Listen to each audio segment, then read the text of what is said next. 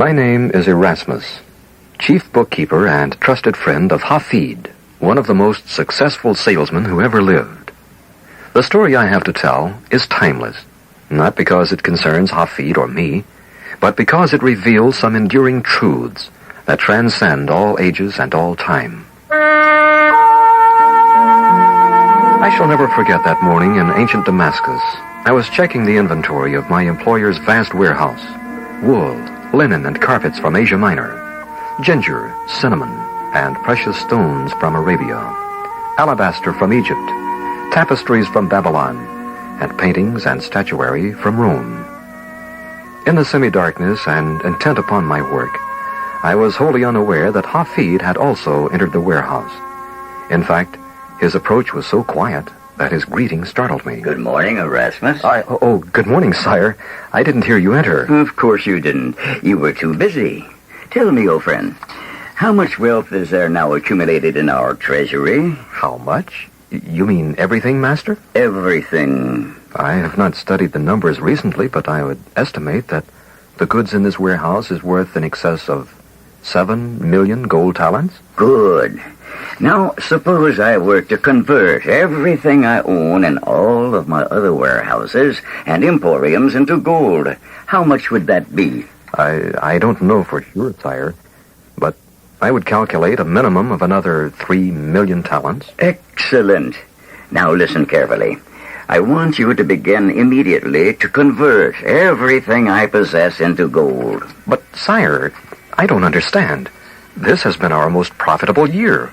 Why? Because of all my possessions, the most precious is time, and the hourglass of my life is nearly filled.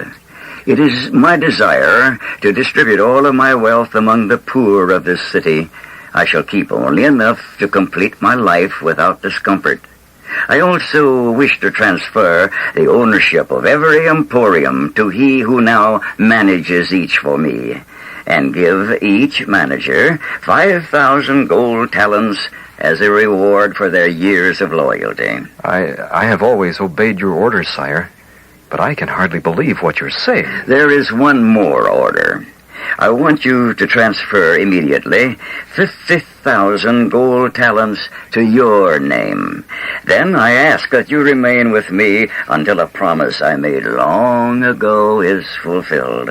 I am your servant forever, master, but 50,000 in gold for me? You have earned far more than that, old friend. Your loyalty has been my greatest asset. Now, I urge you to carry out my wishes, and when it is done, come to my home. I want to tell you about the promise I made and share the secret with you. It shall be done, sire. And so it came to pass that within a short time, Hafid's wishes were consummated. The most powerful trade empire of that day and time ceased to exist. I went to my master's house and told him the task was done. He was highly pleased. Then he asked me to accompany him up a marble stairway and along a corridor until we reached a heavy oaken door. We entered a small room that was unfurnished save for an iron-bound cedar chest in the center of the floor. Hafid knelt quickly before it and unlocked its heavy lid. Then he turned to me and spoke.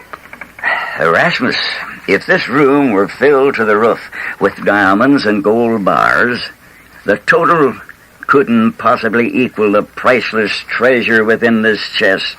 What is it, sire? 10 scrolls. 10 leather scrolls. Scrolls? Is this the secret to which you referred? Is this chest connected in some way with a promise you have yet to keep? The answer is yes to both of your questions. What is written there that makes them so valuable? All but one of these scrolls contain a principle or a law that enables anyone who applies those precepts to become a master in the art of selling. Did you find this priceless knowledge somewhere? No, they were given to me, or rather, they were entrusted to my care. I was made to promise under oath that I would share their full contents with only one person. And who is he? I don't know. I was told only that I would recognize this individual, even though he might not know he was seeking the scrolls. I don't understand. Nor do I, although I've waited patiently for many years. And while I waited, I put the knowledge of the scrolls to work for me. And as you know, I became what many call the greatest salesman in the world, just as he who bequeathed the scrolls to me was the greatest salesman of his time. Who was he, Master? A very wealthy caravan owner named Petros of Palmyra. I worked for him as a camel boy. You, sire? A menial camel boy? It was a long time ago. But I was ambitious. I wanted to improve my lot. So I went to Petros and told him I wished to become a salesman. He laughed at you. No, he didn't laugh. But he warned me that the life of a salesman is not an easy one, that the rewards were great only because so few possess the strength and endurance to succeed. Then he tested me. In what way, sire? He entrusted me with a piece of merchandise from the caravan's regular stock, a red woolen robe. He said, "Take this robe, return to that small village we passed through a few days ago, I think it's called Bethlehem, and try to sell the robe at a profit. If you succeed, I'll consider your request to become a salesman." After the caravan owner had given you the robe, sire, what did you do? Exactly as Petros suggested. I returned to that little village and spent the entire day trying to sell my single piece of merchandise. It was a small town. The square was filled with farmers and merchants and vendors and shepherds who seemed to have brought their flocks with them. It was very confusing. Bazaars were crowded and noisy. Were you successful? Decidedly not. Some of my prospective customers said my price was too high. Others couldn't make up their minds. The Roman soldiers made fun of me, and one shop owner became so angry he threw me bodily into the street. But you persisted. By sundown, I was so tired and discouraged I could hardly think. I had no money to pay for shelter at the end.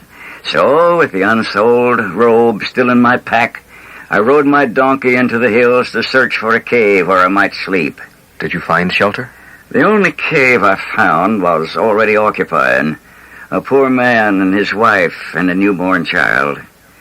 They said I was welcome to share the cave, but that didn't help my low spirits. There was a cold chill in the air, and I noticed that the mother's thin cloak was all that covered their sleeping child. You couldn't be blamed for the weather. No, but I had a warm woolen robe in my pack that I had been unable to sell. Then suddenly I knew exactly what to do. I gave the robe to the mother, who wrapped it around her sleeping child. You must have been very discouraged to just give it away. Oddly enough, Erasmus, I wasn't discouraged at all. In fact, I was almost jubilant. I resaddled my donkey and rode back to the caravan that same night. And what did Petros say? I didn't see him until the next day, and by that time I was discouraged all over again. I confessed my failure. Was he angry? Not Petros. He told me to go back to my camels. Yet, when 7 days had passed, he sent for me again. That's when he gave me this chest and the scrolls and exacted my solemn promise to pass them on to someone else. Who? When? I don't know. But I'm sure I will know if I ever meet that person. It has indeed been a strange and wonderful experience, sire.